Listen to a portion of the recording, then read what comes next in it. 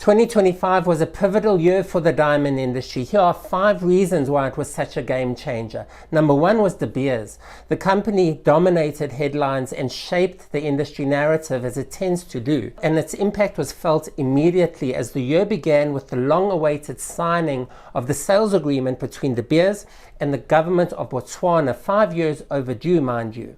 That deal sees more of local Botswana production to be sold by state-owned Okavango Diamond Company, ODC, from its current share of 25% of production to 30% in the first 5 years of the deal, 40% in the subsequent 5, and 50% thereafter. And that means that De Beers will have access to fewer rough diamonds moving forward.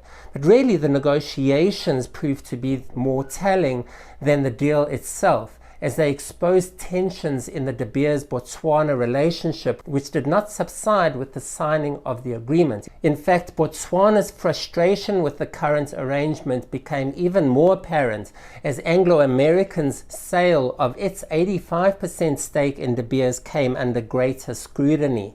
Newly elected President Duma Boko seems intent on raising Botswana's stake in De Beers from its current share of 15% to a controlling interest, contending that the country should have ownership of its natural resource.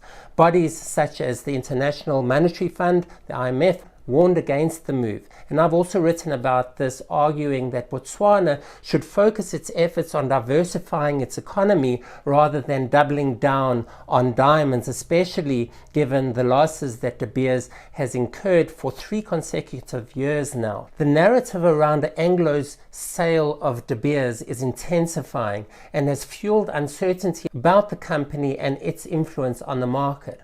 The final De Beers related issue in 2025 centered around its return to category marketing as the company rolled out Ombre Desert Diamonds, its first beacon product line in over a decade, which emphasizes the promotion of yellows and champagne color diamonds, those warm desert tones. That said, category marketing was not one of the 5 big influencing forces of the year, despite it being a major discussion point. That's mainly because in the end, the issue was categorized by what did not transpire rather than what did. Industry stakeholders committed to using 1% of rough sales to fund category marketing programs through the Natural Diamond Council with the signing of the Luanda Accord, but funds committed to the NDC for 2025 remained outstanding, leaving the organization short of cash to make a big end-of-year marketing push on behalf of the industry. Hopefully, such campaigns will come to fruition and make an impact in 2026. That's because a massive marketing push is desperately needed given the continued rise of synthetics in the market. And that brings us to number 2 on our list of diamond influencers in 2025. And I use the term synthetics intentionally because nomenclature became an important discussion point in the industry, with the French Jewelry Association and the French government leaning into synthetics rather than using the term lab-grown. The French have argued that it's the most accurate description of the product, given that they're not made in a lab but a factory, and they are the synthetic version of a natural diamond. It's not a trivial point, as it has connotations to how the industry relates to these man-made diamonds. The term synthetics became taboo for a while, and perhaps has a harsher and less accepting tone than lab-grown does. Keep an eye on CIBJO, the World Jewelry Confederation, which is reconsidering its guidelines for use of the term synthetics. But the big synthetic story of the year came from the Gemological Institute of America. The GIA announced it would stop using the same color and clarity grading scale for synthetics as it does for natural diamonds, rather shifting to descriptive terms. So instead of using the D to Z scale for color or measuring inclusions IF, VVS, VSSI, etc. for clarity, it is categorizing synthetics as premium or standard quality. 2 things to note about this move. First is that it serves to further differentiate synthetics from natural diamonds. That's the underlying intent of GIA's decision.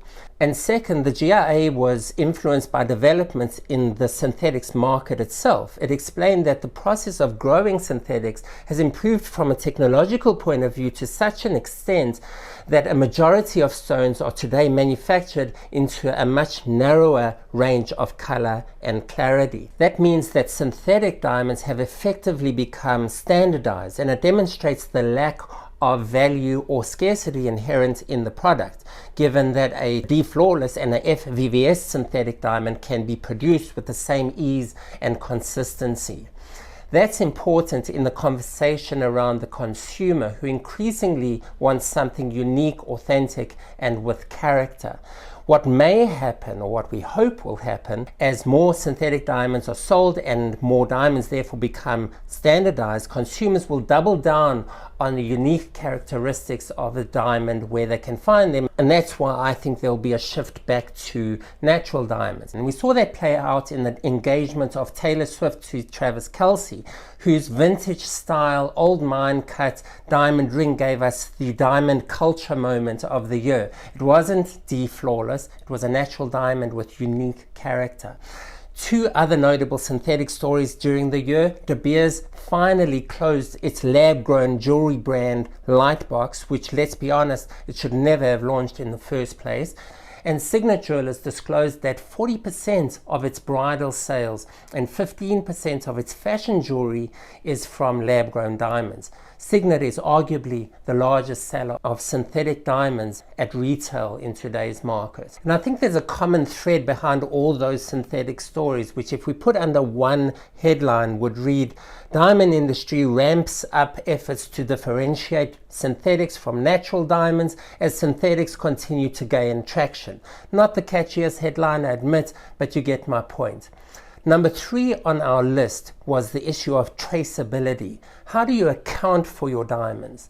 Initially, the G7 sanctions on Russian diamonds dominated the conversation, as those G7 governments seemed intent on implementing a tech-based traceability mechanism that would verify chain of custody at customs. But the industry, or rather customs, wasn't ready, and frankly, neither were they fully on board with the idea in all countries anyway. And in the end, importers were required to make self-declarations that their diamonds did not originate from Russia, or perhaps rather verifying where their diamonds did come from.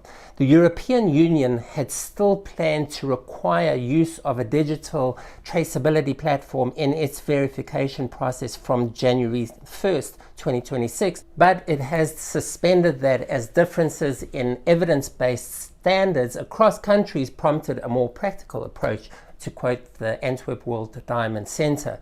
So really the sanctions debate withered away as the year progressed, and the self-declaration mechanism proved to be the most practical way forward. And there was a moment when we considered the possibility of Russian sanctions being lifted, and that might happen in 2026. But it won't necessarily change the conversation around traceability, because retail jewelers, particularly the high-end brands, are requiring accountability of their supplier's supply, encompassing origin disclosure relating to environmental, social, and governance issues. Plus, there's a little competitive economy that's developed around traceability, which is also pushing the trade in the direction of disclosure.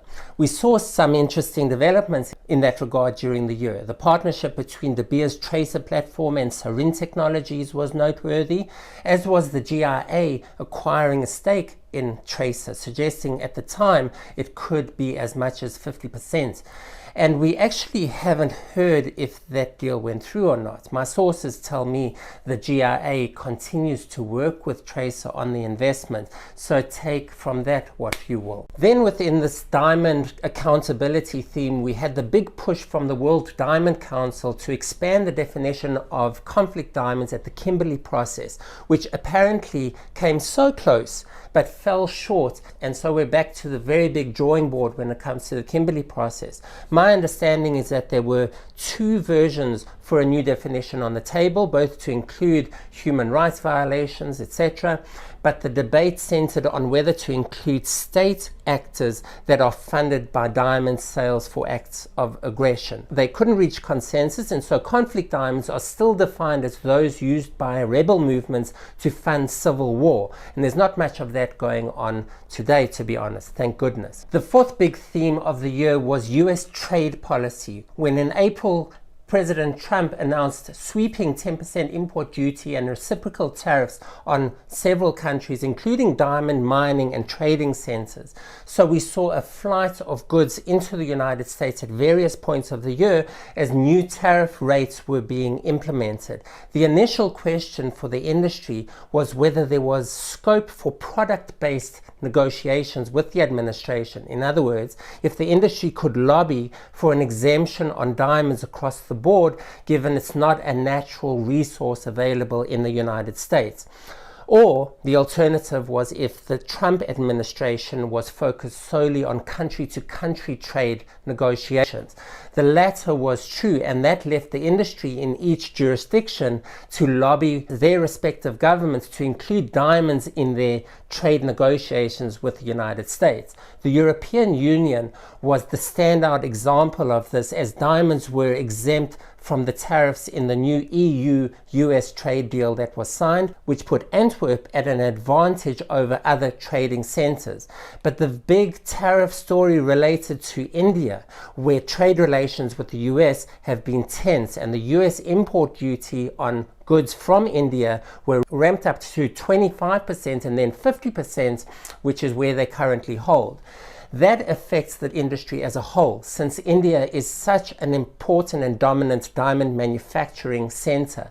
There were occurrences of Indian polished suppliers finding loopholes, and we don't need to get into that now, but the tariffs severely reduce India's competitiveness in manufacturing, raise prices for US jewelers who may not have an option but to source from India, given India's dominance in manufacturing. So if the 50% tariffs stick, we may see a shift in manufacturing activity moving forward, with Antwerp, Dubai, and possibly Gaborone being the natural recipients, if Botswana plays its cards right, that is. And as alluded to, all that affected the diamond trading environment, which is our fifth theme of the year. In fact, of course, all of the above affect the diamond market. Otherwise, we wouldn't be talking about it. Changes at De Beers, traction in marketing or the lack thereof, synthetic diamonds, traceability, tariffs. It's a bit of a perfect storm that has put pressure on the natural diamond industry. So how did the market perform in 2025? It's not a clear-cut, simple question to answer, because we've got to think about the diamond industry in market segments. If you think about the diamond pipeline, we have the downstream, which is retail, midstream consisting of wholesale dealers, manufacturers, and upstream being the mining sector. And starting with retail, in the United States, jewelers seem to have done okay in 2025. The high end continues to show growth. We see that among the luxury jewelry brands, and your top tier retail jewelers, I think, had a good year. We also saw a glimmer of growth at Signet and Brilliant Earth. But there's a big belly of mid and lower tier retail jewelers who are being squeezed and face a choice of positioning, which I think really defined the US retail market in 2025. We've spoken about it before, that choice of whether to double down on selling volume, lower price point products, and in particular synthetics, or to emphasize value, natural diamonds being the higher price point product where perhaps you close fewer sales, but the value of the transaction elevates your business. We're seeing the volume value tension play out beautifully at Signet Jewelers and Brilliant Earth, where they've struggled for growth as they sell higher volume of lower value product. That's the US. India's jewelry retail continues to grow, but keep an eye on the synthetic story there as an aside. And the Hong Kong, China-based jewelers also had a good year, but their growth was driven by that mad gold rush which took effect during the year. Gold began the year at around $2,500 an ounce and ended the year at $4,500 an ounce. So retail jewelry as a whole had a decent year, I think, but that did not translate to growth in the midstream and the upstream. Why is that? Because it's not if jewelers are selling, it's what they're selling. Every synthetic diamond sold is at the expense of a natural diamond. Higher gold prices affect the diamond content used in jewelry. Tariffs raise costs for jewelers and affect their decisions on what to buy and sell. So the midstream, diamond dealers and manufacturers, had another tough year. Polished prices continued to decline. Rappaport's RAPI index for 1 carat diamonds was down about 10%, it seems. IDEX's diamond index declining about 12%. It's the third consecutive year of contraction for the diamond trade, and that's all because retailers are using fewer natural diamonds than before, while market efficiencies mean one rarely needs to find your niche in the market and demonstrate value to claim your place. Whereas historically there was enough margin for many to make a good living in the diamond industry across the various touch points of the trade, that's no longer the case, and there are fewer touch points as well.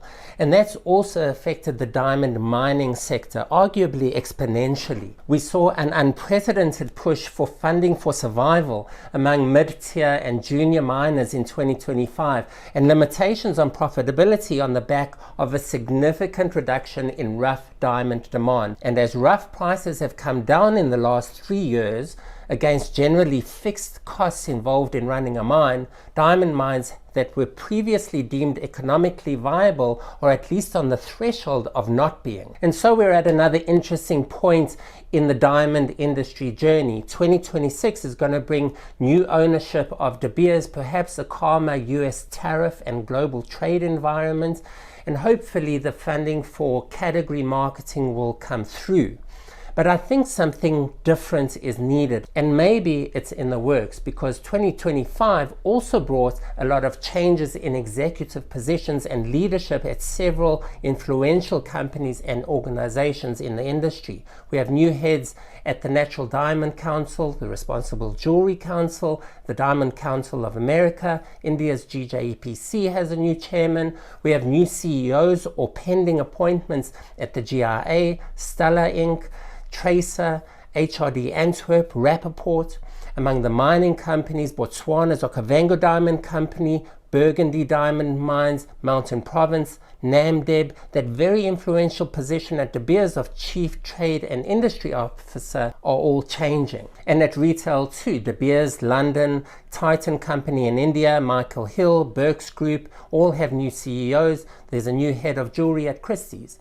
So who knows, maybe that will bring some out-of-the-box thinking and an injection of creativity to the industry that will influence a more optimistic outlook for the market. To my mind, it all boils down to retail. If the rest of the industry has been squeezed by jewelers selling fewer natural diamonds, the opposite will be true when they sell more. And yes, category marketing is important and geopolitical issues affect the market, but what really matters is the conversation that happens across those 18 inches of the retail counter. Will jewelers continue to talk about synthetics, or will they pivot back to value and the values offered by natural diamonds? It's those one-on-one conversations that I think will make all the difference, and which I hope will be the defining story of 2026, because I think it was somewhat lacking in 2025. So that's this year in a nutshell. What were your big stories and highlights of the year?